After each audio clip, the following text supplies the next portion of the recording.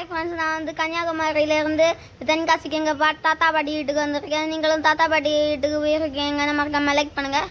இது வந்து இது செம்பருத்தி பூ, ஆங்கிலத்தில் சொல்லணும்னா ஹைபிஸ்கஸ் பூ. இது உங்கள் வீட்டில் இருந்துச்சுன்னா மறக்காம லைக் பண்ணுங்கள். இது வந்து முந்திரி பழம். இது வந்து எனக்கு ரொம்ப பிடிச்ச பழம். உங்களுக்கு பிடிக்கும்னா மறக்காமல் கமெண்ட்டில் சொல்லுங்கள். உங்கள் வீட்டில் நிற்கணும்னா கமெண்ட்டில் சொல்லுங்கள். இது வந்து இந்த ஊரில் இட்லி பூன்னு சொல்லுவாங்க. எங்கள் ஊரில் லோக்கல் பாஷையில் நாங்கள் சொல்கிறது தேன் பூன்னு. இது வந்து பிச்சி பூ. இது வந்து தலையில எல்லாம் வைக்கிறது யூஸ்ஃபுல்லாக இருக்கும். இது அதே தேன் பூ தான். இது உங்கள் வீட்டில் இருக்குன்னா மறக்காம சொல்லுங்கள். இது வந்து நான் சின்ன வயசுலேருந்து எங்கள் அம்மா வந்து கூட்டிகிட்டு போன சர்ச்சு. இது வந்து எங்கள் தாத்தா பாட்டி வீட்டில் உள்ள பேக்ரவுண்டு. இது வந்து முருங்கை செடி. இது வந்து சூப்பராக இருக்கும். நல்லா இந்த வருஷம் நல்லா இது எல்லாம் தந்துருக்கு.